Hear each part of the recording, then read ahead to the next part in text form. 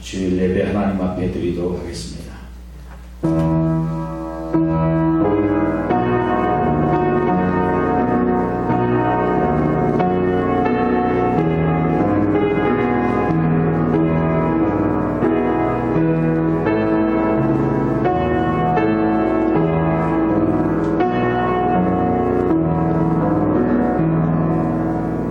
나의 힘이신 여호와여, 내가 주를 사랑하나이다. 여호와는 나의 반석이시요 나의 요새시요 나를 건지시는 이시요 나의 하나님이시요 내가 그 안에 피할 바위시요 나의 방패시요 나의 구원의 뿌리시요 나의 산성이시로다. 내가 찬송받으실 여호와께 아뢰리니 내 원수들에게서 구원을 얻으리로다. 아멘. 거룩하신 하나님 아버지, 주의 택하심을 받은 백성들이 이 자리에 모여 하나님의 성물을 찬양하며 예배합니다.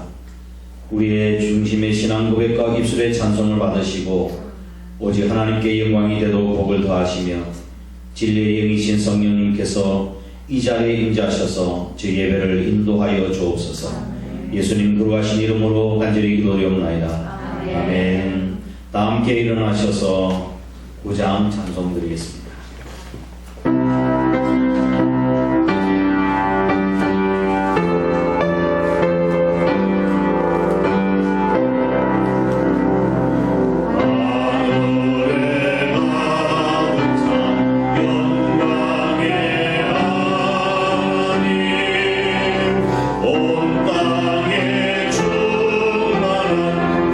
존귀하신 하나님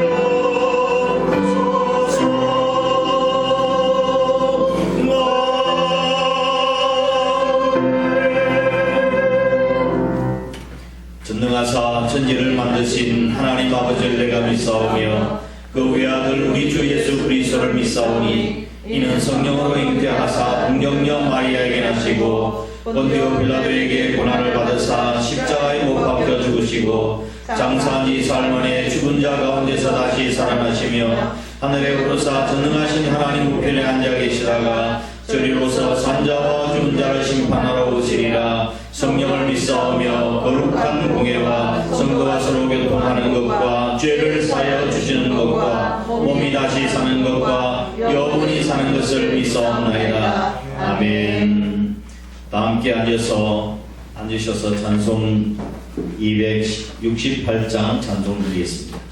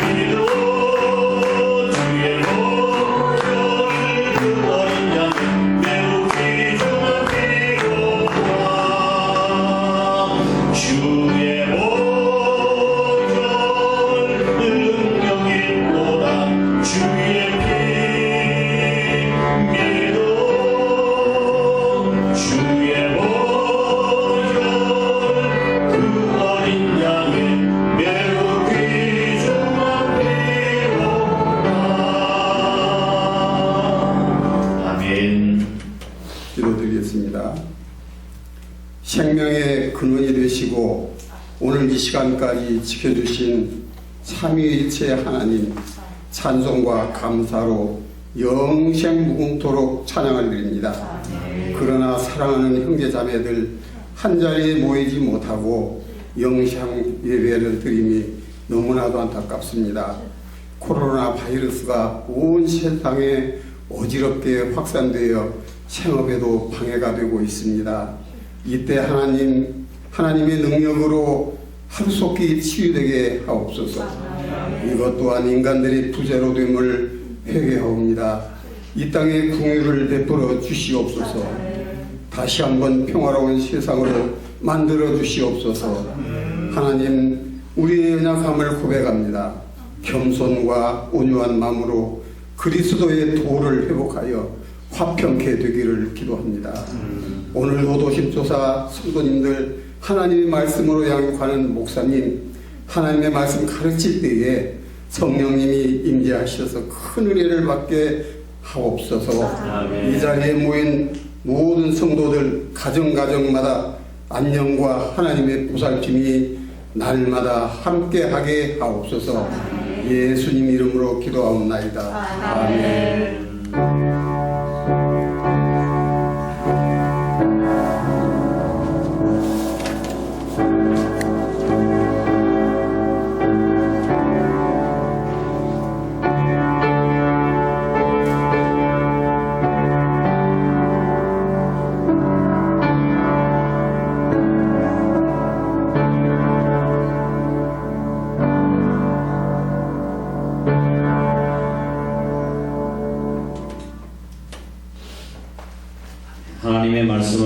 출애굽기 14장 10절에서 14절 말씀까지 보겠습니다. 출애굽기 14장 10절 14절 제가 봉독하겠습니다. 바로가 가까이 올 때에 이스라엘 자손이 눈을 들어본즉 애국 사람들이 자기들 뒤에 이른지라. 이스라엘 자손이 심히 두려워하여 여호와께 부르짖고 그들이 또 모세에게 이르되 애굽에 매장지가 없어서 당신이 우리를 이끌어내어 이 광야에서 죽게 하느냐. 어찌하여 당신이 우리를 애굽에서 이끌어내어 우리에게 이같이 하느냐.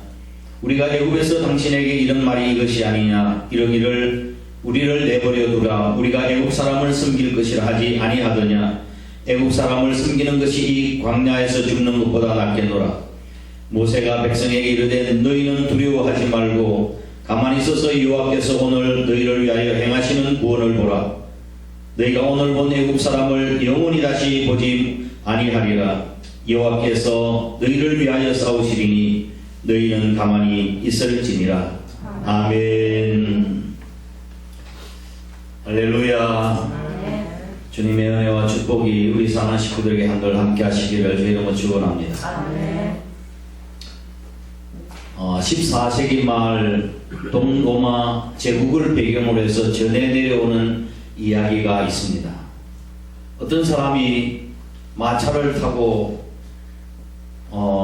동로마 제국의 수도인 콘스탄티노플로 가고 있는데 그의 성에 다다를 무렵에 한 할머니가 마차를 세우고 내가 이 성에 꼭 들어가야 하는데 나를 좀 태워주시오 그렇게 이야기했습니다. 마음씨가 좋은 마부는 할머니를 보고 타시라고 이야기했습니다. 가다가 할머니를 쳐다봤는데 할머니의 눈과 코가 얼마나 흉하게 생겼는지 무서워서 견딜 수가 없었습니다. 할머니는 도대체 누구세요? 라고 물었습니다. 그 할머니가 나는 흑사병이요, 패스트요 이야기한 거예요. 아니 뭐라고요? 지금 당장 내리세요. 그랬더니 할머니가 나는 내릴 수가 없어. 당신이 가만히 있는 것이 당신의 신상에 좋을 것이요. 이게 그 마부가 어쩔 줄 모르는데 할머니가 말하기를 나는 이 성에 들어가서 5사람 이상은 죽이지 않을 테니 걱정하지 마세요. 그러면서 자기 품에 있는 비수를 꺼내가지고 마부에게 주면서 만약 내가 5사람 이상을 죽이면 이 비수를 가지고 나를 죽이시오. 그 이야기하는 동안에 이미 마차는 성 안에 들어갔습니다. 할머니가 내리자마자 어느 집으로 들어갔는데 그 저녁부터 소문이 나기 시작했습니다. 집집마다 곡소리가 나기 시작했는데 며칠 뒤에 5,000명이 죽었습니다. 마부가 화가 나가지고 비수를 가지고 할머니를 찾아 다녔습니다. 그러다가 성 안에서 할머니를 만나게 되었는데 비수를 가지고 그래서 할머니를 죽이려 하자. 왜 나를 죽이려고 하는가? 나는 5사람밖에 죽이질 않았어. 뭐라고요? 지금 성 안에 5,000명 이상이 죽었는데 5사람을 죽였다니. 나는 정말 5사람밖에 죽이질 않았어. 그 나머지 사람들은 다 두려움과 공포 때문에 죽은 거야. 그렇게 이야기를 했습니다. 이 이야기가 14세기 말 유럽 인구의 3분의 1이 흑사병으로 사망한 내용을 이야기를 하고 있는 것입니다. 두려움과 공포가 사람을 죽게 하는 거예요. 오늘 설교의 제목이 침묵의 살인자입니다. 침묵의 살인자. 침묵의 살인자가 누구예요? 두려움과 공포예요. 무서워서 병도 걸리고, 무서워서 육체도 망하고, 무서워서 공포 때문에 영혼도 망하고, 사업도 망하고, 그 공포 때문에 미신이 성행하기도 하는 것입니다. 우리가 성공적인 신앙생활을 하는데 가장 큰 장애물이 바로 두려움과 공포입니다. 오늘 이 시간은 이 문제를 잠시 다루어 보고자 합니다. 본문은 이스라엘 백성들이 400년 동안 애굽에 종살이를 하다가 하나님의 그 놀라우신 능력과 큰 은혜로 말미암아 출애굽을 해서 숙고돼서 에담까지 줄곧 진행하다가 하나님께서 갑자기 방향을 돌리셔서 앞에는 홍해요, 양옆에는 산이요, 뒤에는 사막인 바알수건 맞은편 바닷가에 진을 치게 했습니다. 이 소식을 들은 애굽 왕 바로는 이스라엘 백성들이 광야에서 지리를 알지 못하고 방황하다가 막다른 골목에 도달했구나, 저들은 이제 도간에 든 쥐다 라고 생각하고 군대를 끌고 이스라엘 백성들을 쳐들어온 것입니다. 앞에는 홍해, 뒤에는 애국 군사, 양옆에는 산들이 막혀서 그야말로 사면초가가 된 것입니다. 이때 이스라엘 백성들은 공포와 두려움으로 하나님께 불평하고 지도자 모세를 원망하기 시작했습니다. 애굽에 매장지가 없어서 당신이 우리를 이곳까지 이끌어내서 이 광야에서 죽게 하느냐?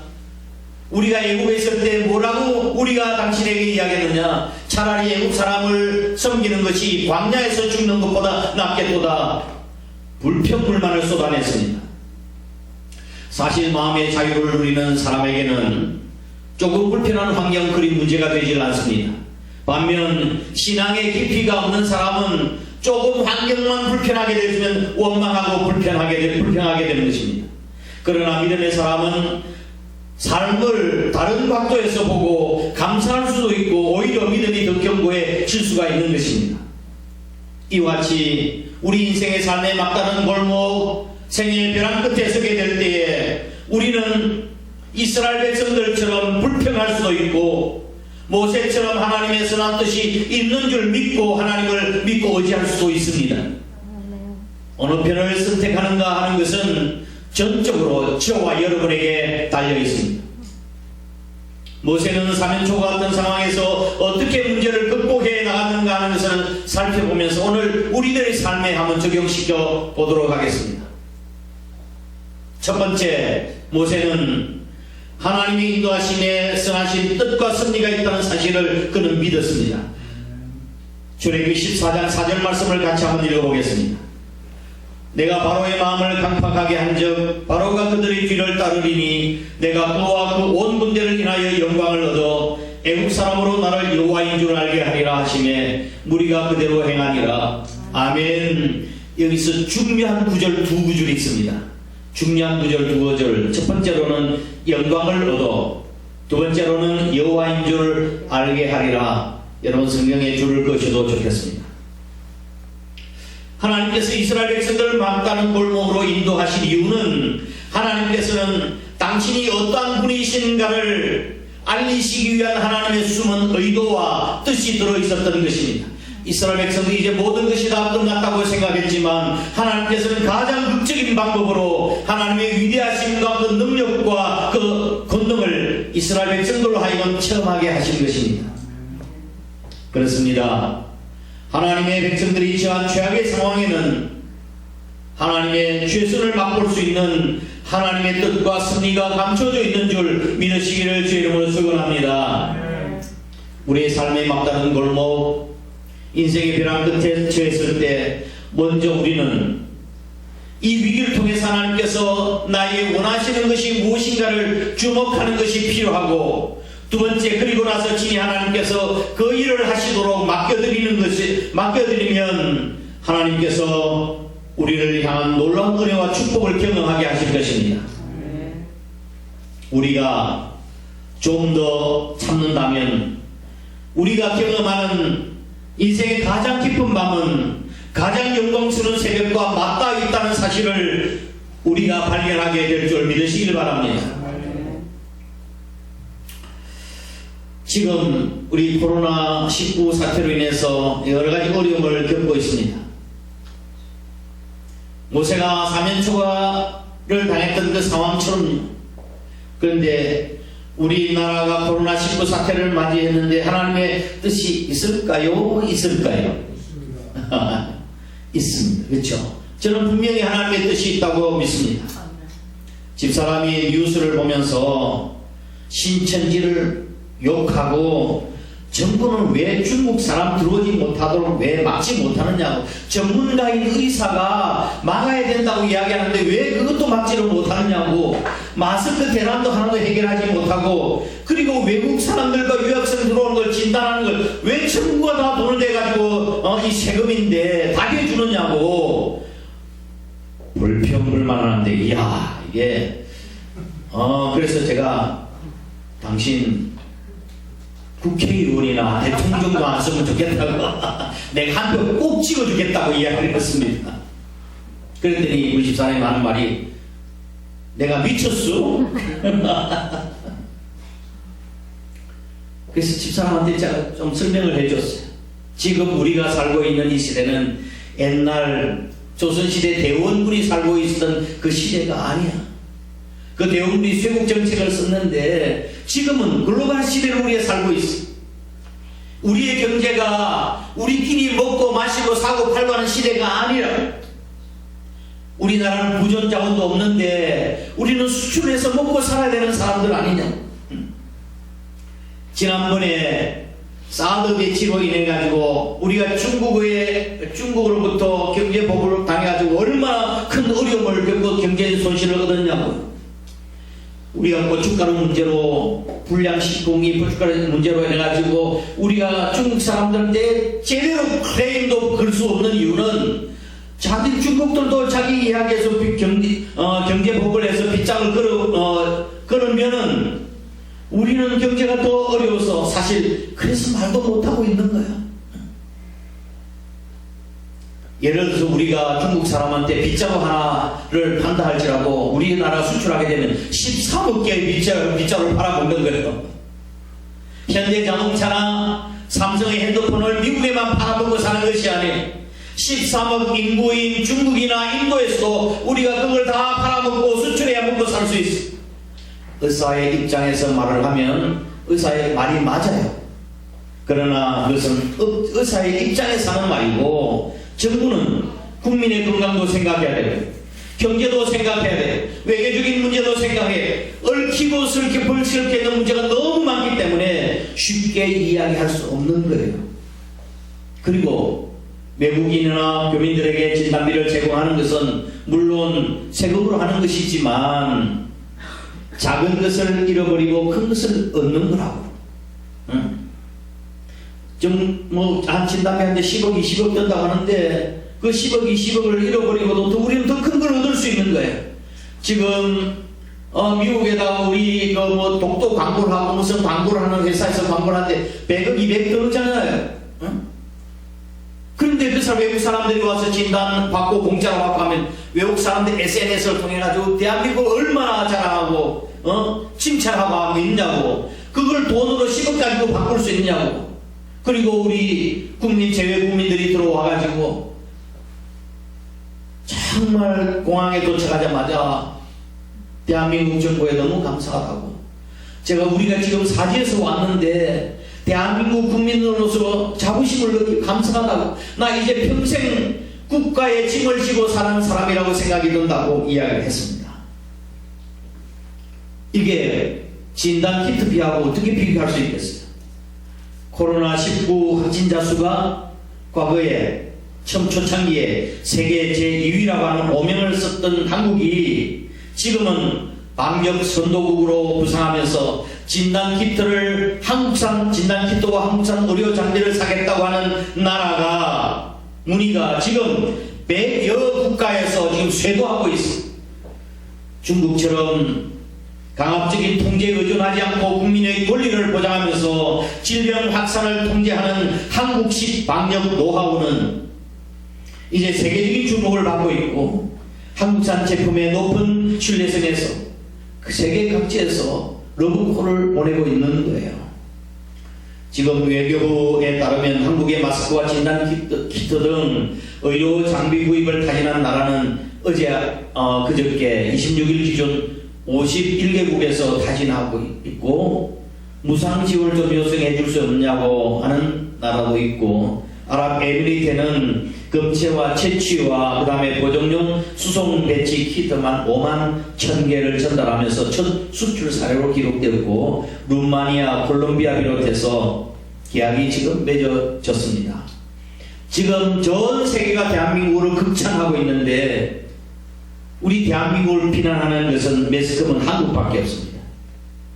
미국, 이태리, 독일, 프랑스, 스페인, 심지어 우리를 깎아내리고 우리 욕을 하던 일본 사람들까지도 국회에서 왜 한국을 배워야 한다고 지금 이야기하고 있는 것입니다. 저는 이상한 나라 대한민국이라는 동영상을 보고 내가 눈물을 흘렸어요.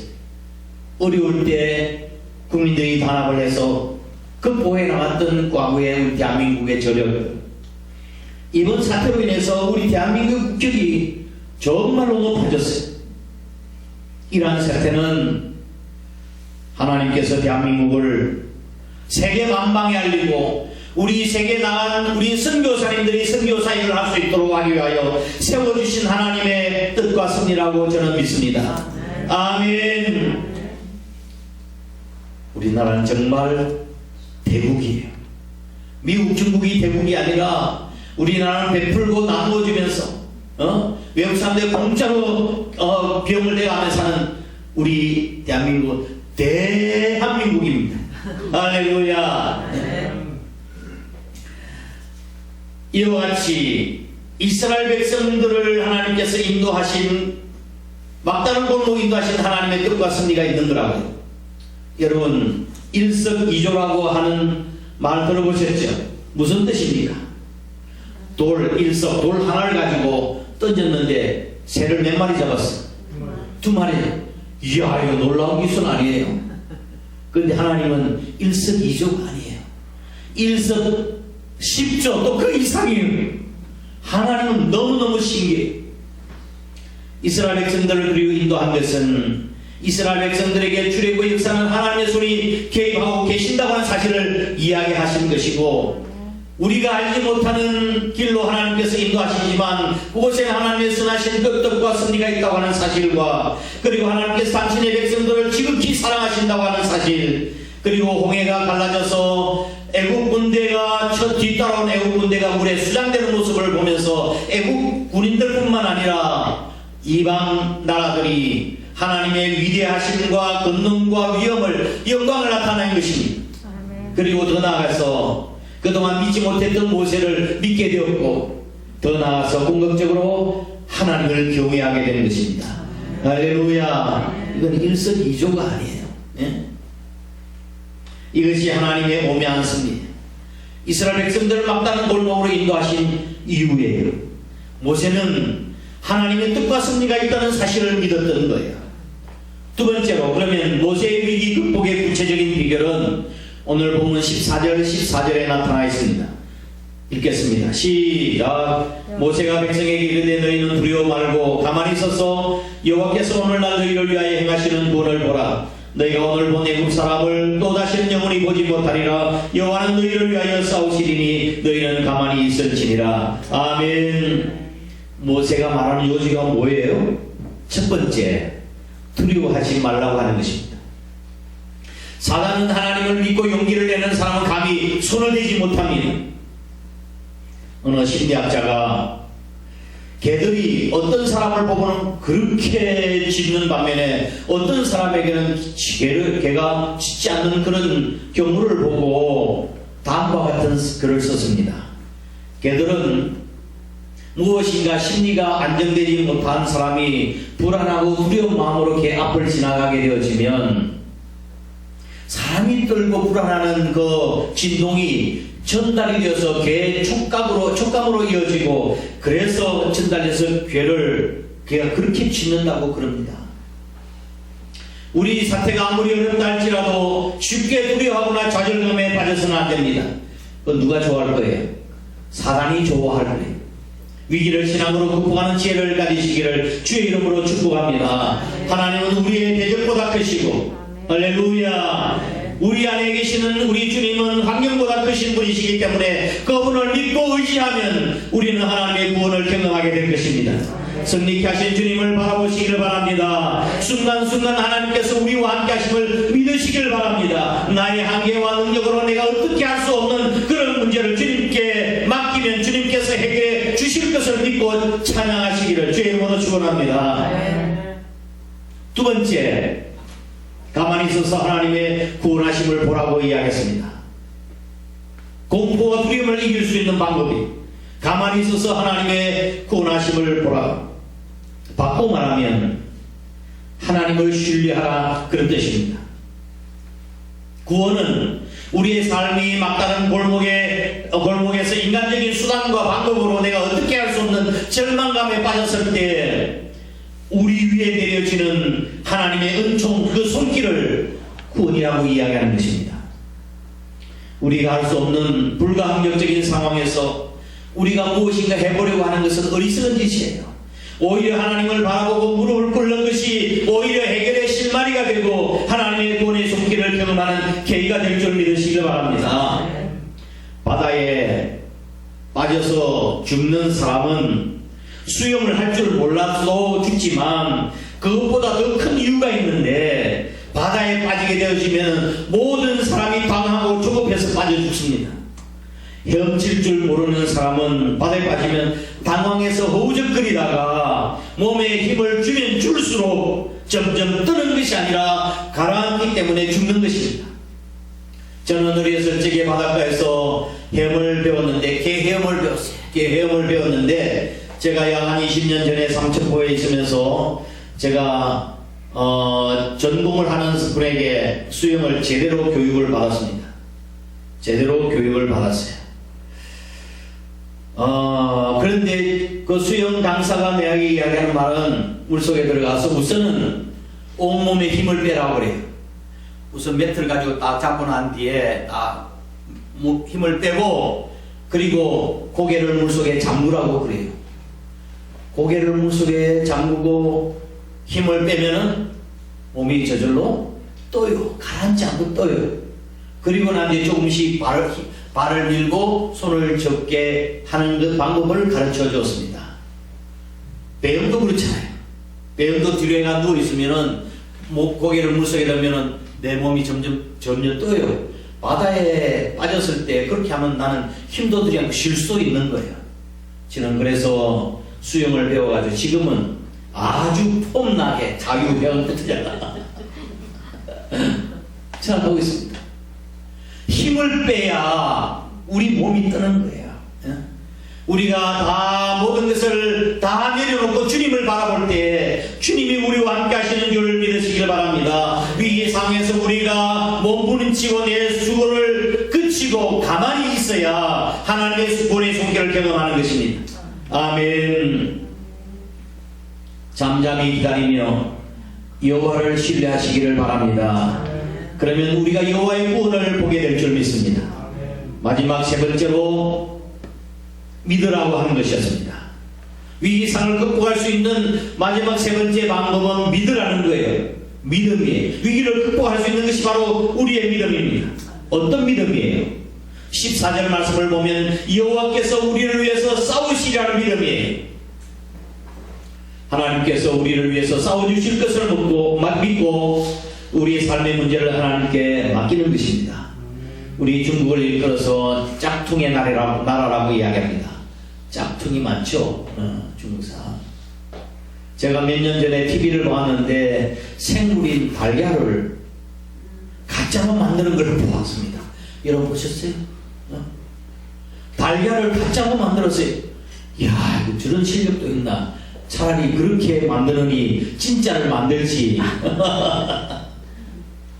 어떤 사람이 삶을 비관해가지고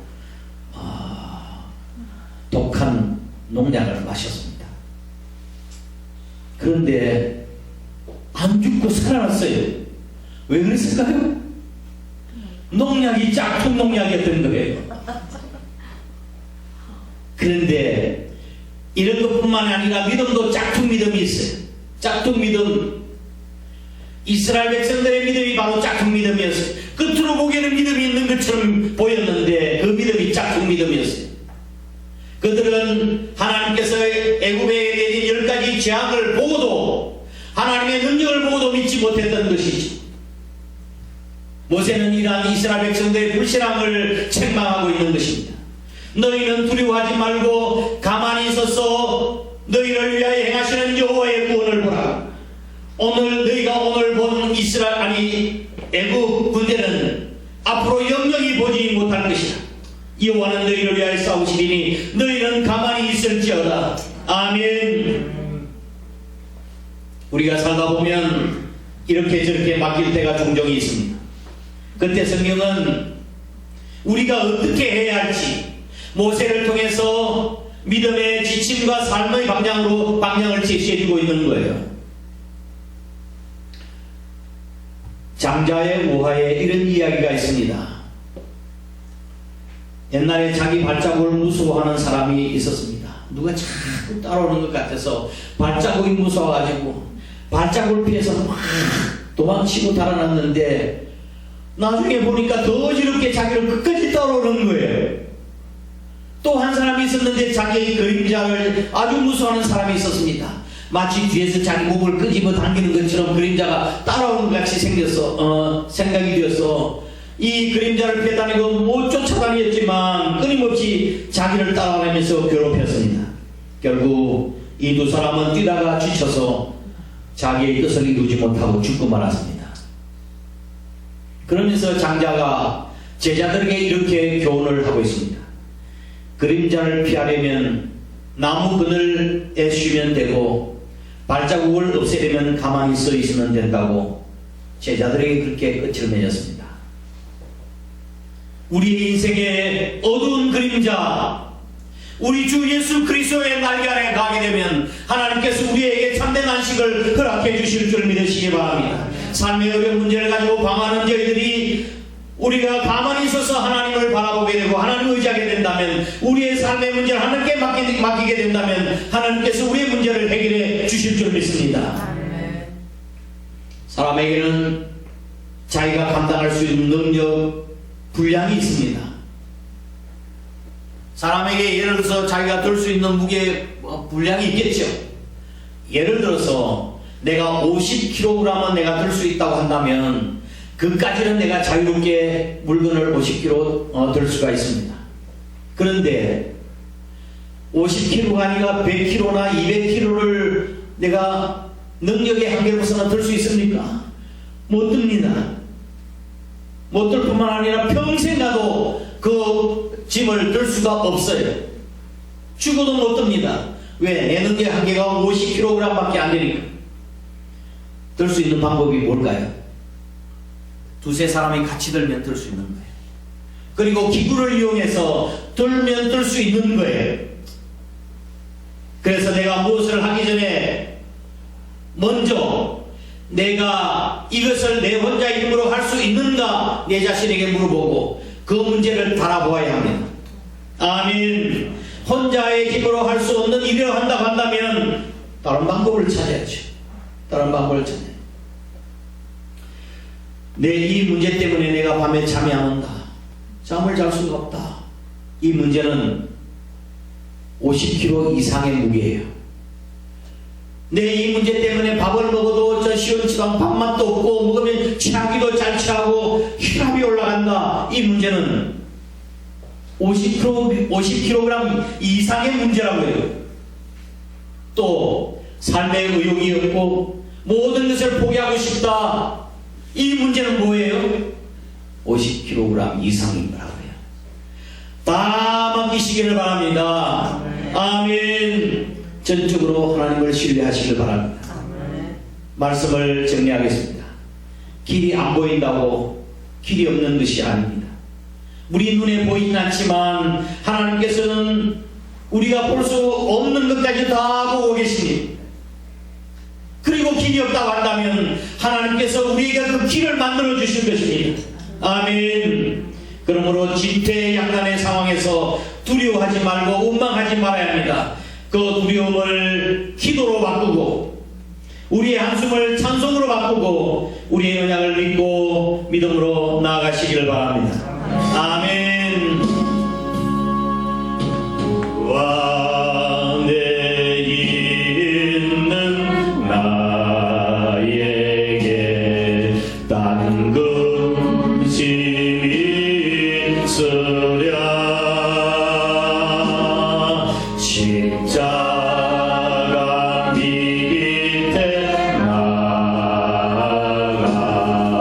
내 짐을 풀었네 다같이 주님을 찬송하면서 할렐루야 할렐루야 내 앞길 멀고 험해도 나 주님만 따라가리. 아멘. 환경만 바라보고 불평할 것이 아니라 우리의 시선을 환경보다 더 크신 하나님을 바라보아야 합니다. 하나님은 우리가 생각하는 것보다 훨씬 계시는 분이십니다. 코로나19 이 또한 지나가리라. 폭풍과 언제나 우리를 뒤덮고 있는 것은 아닙니다. 두려워하지 말고 조용히 하나님께서 우리에게 주신 은혜와 축복을 바라보면서 하나님께 귀회를 드리시길 바랍니다. 모세가 위기 상황에서 담대히 선포하는 이 메시지를 오늘 우리가 듣고 우리가 처한 이 현실과 상황을 우리 주 예수 그리스도를 믿는 믿음으로 극복해 나가고 승리하는 저와 여러분 되기를 주님의 이름으로 축복합니다. 아멘. 다 함께 일어나셔서 찬양하겠습니다. 괴로울 때 주님의 얼굴 보라.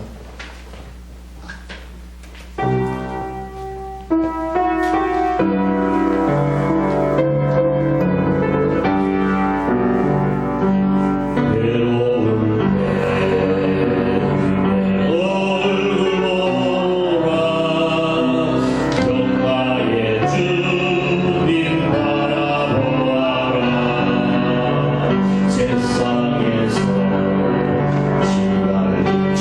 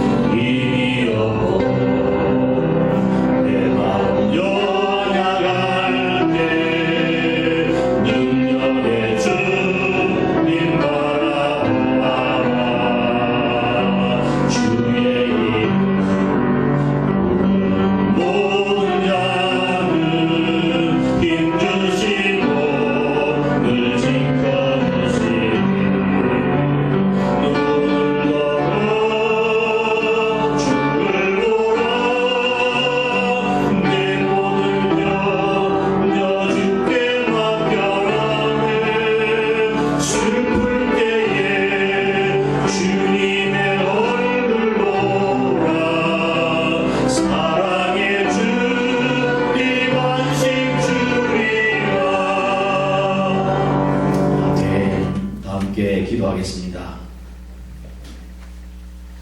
우리 사랑하는 성도 여러분, 오늘 코로나19와 함께 무엇이 여러분을 괴롭히고 있습니까? 가정 문제입니까? 사업 문제입니까? 건강 문제입니까? 자녀 문제입니까? 두려워하지 말고 조용히 하나님을 바라보시길 바랍니다. 하나님께서 하나님의 영광을 드러내시기 위해서 내 삶에 감당할 수 없는 어려움을 주셨다고 한다면 주님께서 행하실 것입니다.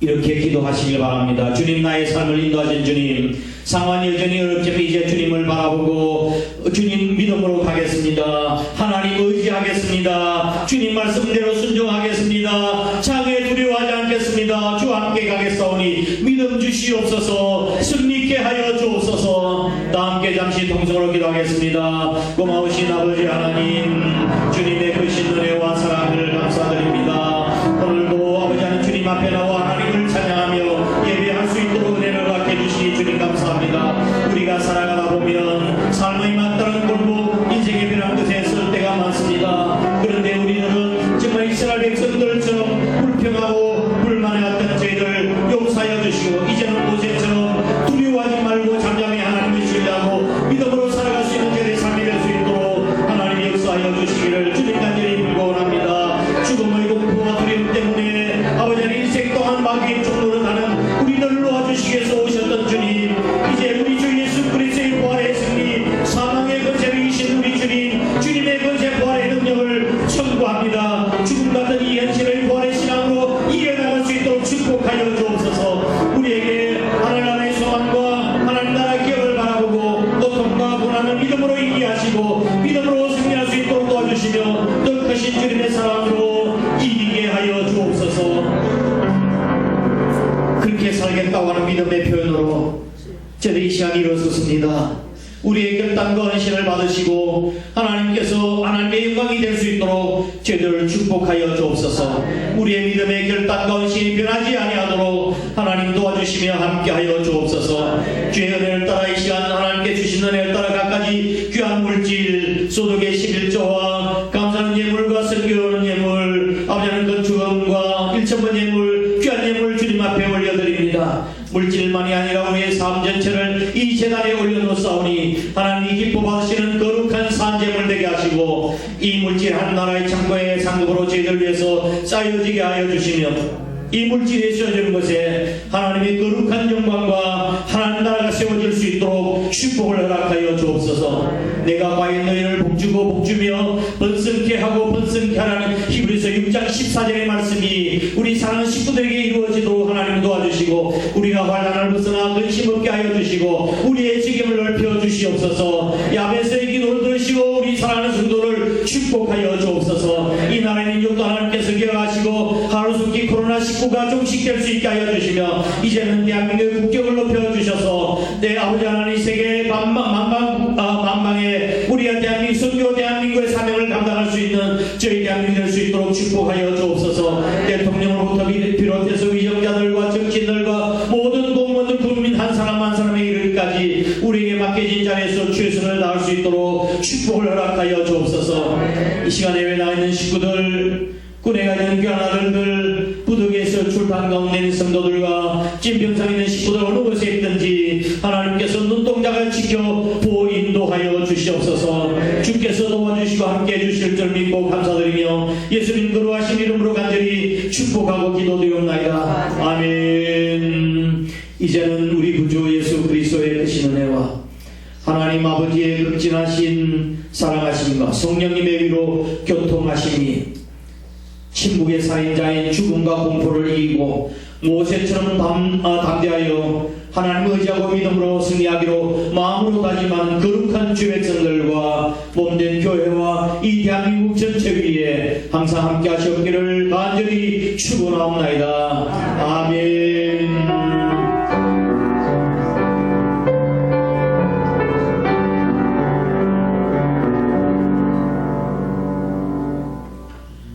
할렐루야. 하나님께 영광을 받으시겠습니다.